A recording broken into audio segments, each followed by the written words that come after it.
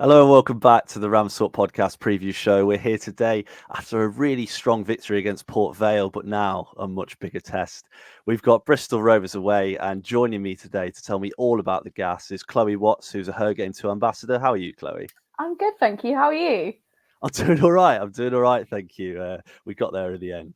We finally got the recording going. So, Chloe, I just want to ask you, we do this at the start of every episode, just ask about the club itself, because there's a lot of clubs in this league that Derby fans don't know a massive amount about, and me included. So I know you've got some notes. So go on, talk me through it. Who are Bristol Rovers? Yeah, so Bristol Rovers, one of the biggest things about us is that we are known as the Gas, and kind of where that stems from, a little bit of a history lesson for you, is our first ever ground at Eastville, which is now actually home to an IKEA. Used to have a gasworks by it, and that's kind of where the nickname was coined from, and how gasheads also came as a term for Rovers fans. It was actually originally used as a derogatory term by City fans against Rovers fans, but then we kind of coined it, made it our own, and now it is part of our history. So we're known as the Gas, and the fans are the Gasheads. I quite like that. I mean, Derby's is similar. There was a sheep or a ram that I think a battalion really liked, and it ended up falling down a well or something like that. But it's a long story. It's a long story, but yeah, it's certainly an interesting one. And I mean, I've got to ask you about the season so far, because we were talking about this before we started recording. I think you are pretty much the most mid-table team I've ever seen. 11th place. 49 points from 35 games. It's not a bad return for this point of the season. Talk me through it. How's it been? Yeah, so literally, like I said, we are bang smack in the middle pretty much. So as well, one of our big things this season is that we have had a switch in managers. We are now currently managed by Matt Taylor. So one of the things with him as well is that I think the injury crisis has affected him quite badly. We have had a lot of players out. At one point, we were genuinely running off of no midfielders at all. So it has been quite an interesting one, but we're starting to see key players coming back. So hopefully we can kind of carry on the form that we're starting to kind of get with the past couple of games.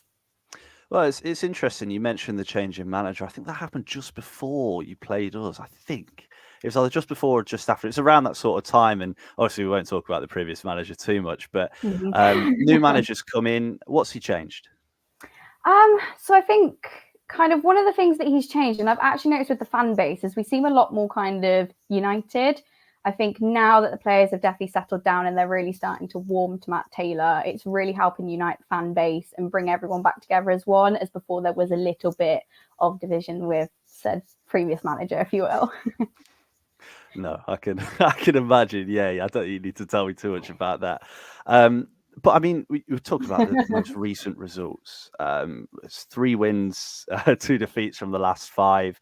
A defeat to Burton, which really surprised me at the time, actually, because I think Burton have not looked good recently. But I mean, it's a decent run of form. I think it's a little bit patchy. How's it been? Yeah, it's kind of been one of them where we have been quite inconsistent. So I've got down noted here that we've scored 24 and we've conceded 26. And it's kind of just been one of them where you never really fully know how we're going to turn up on the day. And especially as well, I'm finding that we do turn up better against the bigger teams as compared to maybe teams who are lower down the table. So it's kind of one of them where it's hard to kind of tell sometimes, but I think now we're kind of starting to, where the players are warming to Matt Taylor, like I said, we're kind of starting to find that form, and hopefully maybe then we can get something and kind of just see how the rest of the season goes, since we have nothing to play for. Yeah, well, I mean, you say you've got nothing to play for, but sometimes they can bring the best games because, the players aren't worried. I mean, we've seen it a lot with Derby recently, where towards the end of games, especially when we're hanging on, people make mistakes and, the tension in the crowd's really high. It must be nice to sometimes, I guess, just go to the football and just enjoy the football. And relax. Yeah, chill out a little bit. Oh, no, we're 1-0 down. What could happen?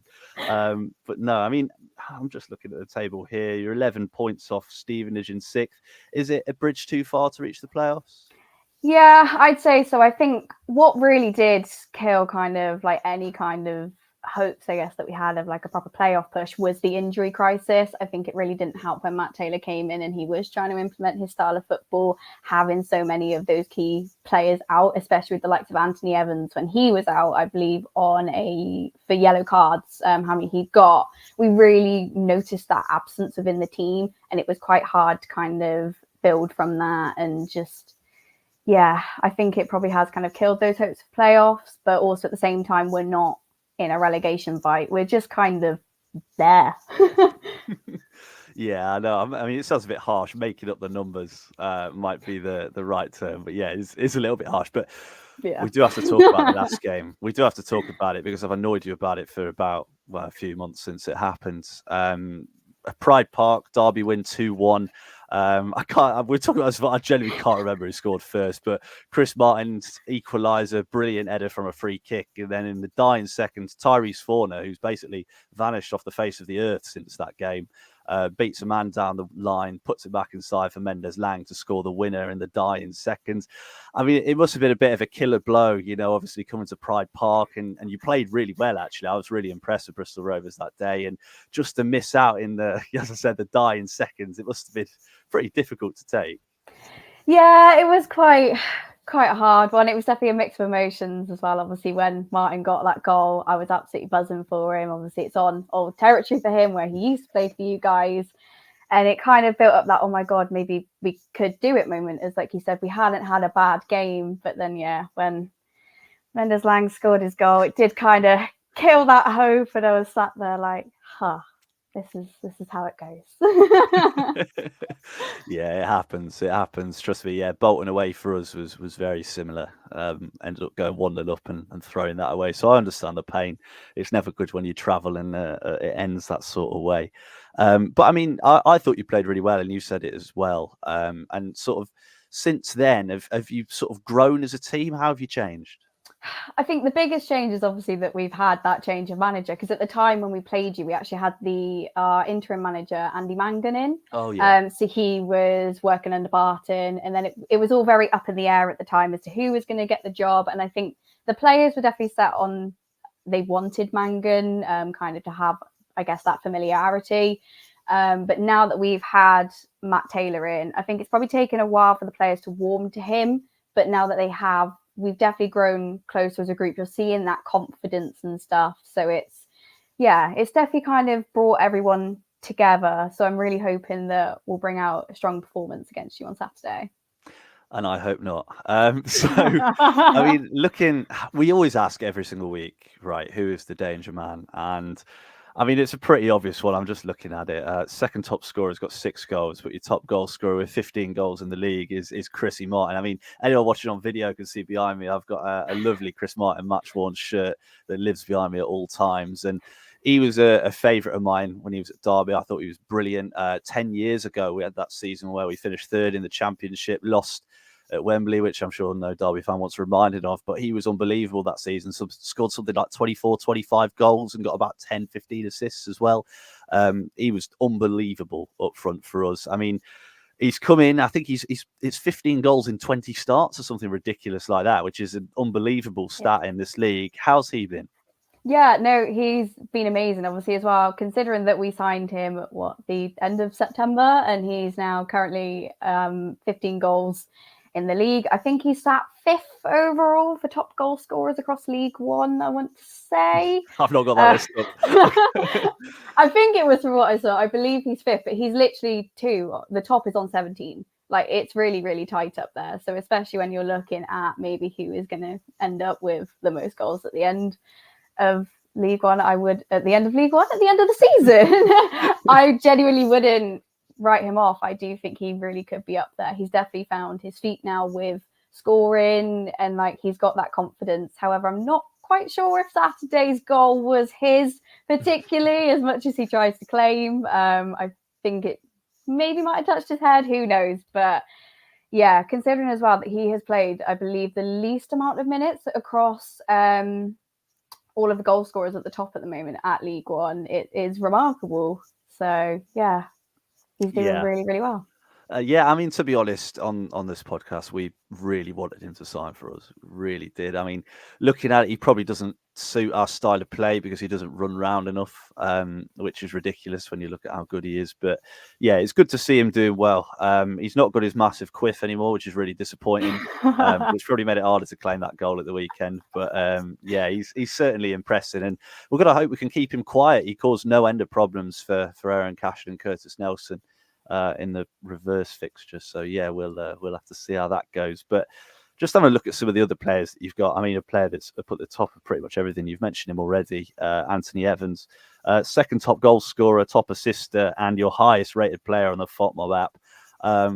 He's had some season, hasn't he? He really has, and I think he really needed it after last season when we came up from League Two and we had our obviously the first season back in League One. It wasn't the greatest of seasons for him, but you can really tell now that he went away in the summer and he was really working hard. And now he has really become crucial in like the midfield for us as well. He's only got 1 year left on his deal. So it wouldn't surprise me if we had some interest in for him in the summer, but he just runs on the ball now with a lot more strength. And he's not getting beat as easily. And also now, in Finney's absence, he's taken on the captain role. He might not be the most vocal, I believe Taylor was describing him as, but he does still have those leadership qualities, which is crucial. Yeah, I remember seeing something. I think it was Alan Shearer was talking about Harry Kane, and he was saying some leaders lead by leading and others lead by performance. And I think Anthony Evans is one of those. He leads with his performances every week, doesn't he? Which, makes him a dangerous player. And again, one Derby's midfield will have to be switched on. I'm sure Ibu Adams will be on him. And I'm not sure Evans will enjoy that because not many have since he signed for Derby. And also as well, we're going to talk about, I'm pretty sure he's your favourite player, isn't he? Luke Thomas. Obviously ex-Derby, really weird one at Derby. He signed for Derby. I think he was 16 when he made his debut, 16 or 17, looked a massive prospect, and it all sort of went downhill for him, went to Barnsley, and he's ended up at Bristol Rovers. I mean, what sort of player is he nowadays? Yeah, so I think, because before he went to you guys, I think he was at Cheltenham, because I know for ages he spent a lot of time at a local club near me, Cinderford Town. But yeah, so Luke Thomas, of course. So for me, he's best out on the wing. I find that he's really, really good at running the channel and getting those balls up into the area then for the likes of Chris Martin to then just dink into the back of the net. I believe as well he's third for assists and goals, I want to say, within the squads. I want to say something like that. Yeah, it's a third. It is right. I'm doing the maths. I knew he was up there, but I couldn't remember if it was third or fourth. But no, so he has been quite crucial for us. He did spend a little bit of time earlier in the season out, I want to say, with a hamstring injury, but he is one that for me is, I'd always like to see him on in the starting 11. He is for us a crucial part of the team. Yeah, absolutely. And I've just got one final player I want to ask about, and that's Harvey Vale. I mean, he's rated really, really highly. Obviously plays at the back. What sort of player is he? Yeah, so with Vale, it's been quite hard because he did spend a lot of time out injured, and I believe he actually went back to Chelsea for a bit. And but from what we have seen of him this season, I have really, really liked. He is really active on the ball, which is good to see. And again, he's helped with really kind of getting it up there and help set that attack up. So I have liked what I've seen with him. Obviously, if we could get him maybe again next season on loan, it would be great. So we just got to kind of watch this space and see what happens. Can't fall in love with loan players, Chloe. That's I know, but I did that with Luke Thomas the first time around. No, I can imagine. I can certainly imagine. And yeah, I mean, it's going to be an interesting game, isn't it? But one thing Derby do, and I don't know if other teams do this, but I ask every week anyway, is how teams approach fixtures home and away. Now, Derby have a tendency away from home to sort of shut up shop a little bit. I'm sure there'll be a bit of frustration in the home end at the weekend within about 5 minutes when Derby have taken 5 minutes to take the first throw in. And we basically just play really horrible but effective football. Whereas at home, we actually try and pass the ball occasionally. So, there's a little bit of a difference there. Do Bristol Rovers do anything different? See, it's a bit of a hard one because I've not really been able to go to many away games this season, but I have tried to watch where I can. And I think especially under Matt Taylor, it is still quite hard to tell, as he is probably still trying to figure out slightly with the squad what is the best way to work it. And especially with those injury crisis, it's kind of changing every week. I've noticed as well, we kind of tend to play a lot of a 4-4-2 formation. So I'm not really sure kind of in the sense if there's too much difference between home and away, because that kind of seems to be the formation that we've taken for the past few games. But there's not huge amounts of difference. I mean, even as well, looking at the form. So we've got, I believe, 7 wins both home and away. But then the difference is we've had 5 draws at home and I think 5 losses at home, whereas we've had 2 draws on the road and 9 losses, I believe, away. So a little slight difference, but yeah, it's pretty similar, I think, between the two. You do so much more prep than me. You got every stat. I've just got 1 page here. You got everything. And I guess final question on Bristol Rovers is, what weaknesses do you have? Because obviously being in mid-table, you've been a little bit inconsistent. I mean, we are as well, and we're up at the top somehow. But what sort of weaknesses could Derby look to exploit in this Bristol Rovers team? So we kind of have a tendency a lot where we will kind of sit back. I've noticed we do it a lot at home, because then you'll kind of hear a lot of fans getting frustrated that we're not getting the ball up. Instead, we're just kind of passing it back between our own half and everything, but also kind of defending against some skillful players. Like sometimes if Derby did approach quite aggressively on Saturday, we don't always have the tendency to kind of fight back. We would just kind of let it happen. And I think that probably has maybe stemmed from the fact that we now don't really have anything to play for as such. So maybe the players are kind of relaxed in that sense, but that is something that I do think Derby could really kind of exploit at the weekend. That'll be it. When Ibu Adams 2 foot someone in the head within 5 minutes, that'll certainly get the ball rolling. And I guess the last question before I ask you prediction, Chloe, what Derby player are you most worried about facing? I think I know your answer, but I'm going to ask anyway. Yeah, so I was going to say, of course, the first player that springs to mind is, of course, Mendes Lang. Mainly where you have not let me live down the last game. I think I am mentally scarred from that now. It's just, I see it in my nightmares now because of that. But I was obviously doing a little bit of digging as well on Derby, flip back to my notes. And I've noticed as well that you've got James Collins, I believe. Collins is injured. You will not see James Collins. Oh, okay, good. That can make me relax a little bit. I was just looking at some stats and I was like, okay, he's obviously quite up there, but that makes me feel a lot more relaxed knowing that he's not going to be there. Well, we've only got Dwight Gale, so you've not got much to contend with. But yeah, he's scored his first goal at the weekend, so it'll be an interesting proposition as well. Which takes me to the final question, Chloe. I want to hear your score prediction. What do you reckon? Okay, so I've been ahhing over this quite a lot whilst I've been at work today, and I've settled for, I think it's going to be a 1-1. So I don't think we're going to get the win, but like I said, we tend to perform a lot better against teams higher up in the league. Obviously, you're looking at, for example, we beat the likes of Portsmouth at home back in December, I believe it was. So we do have that, but I don't think we'd have enough to maybe push for the win as well. Obviously, we've kept a lot more clean sheets away, so that's why I didn't want to go for like a 1-0 or anything or like a 0-0, sorry. As such, but as well, you're also seeing the likes of a couple more key players coming back this weekend. So we're going to have Connor Taylor back and Sam Finley. I would imagine that Taylor's probably going to go straight into the squad as a replacement for James Wilson after he had a red card on Saturday. Finley, I'm not quite as sure as much how he'll fit into the midfield and how Matt Taylor will kind of play it. But yeah, I'd imagine that 1-1 would probably be my best guess for it. That's much more comprehensive than my answer. I think we're going to win 2-1.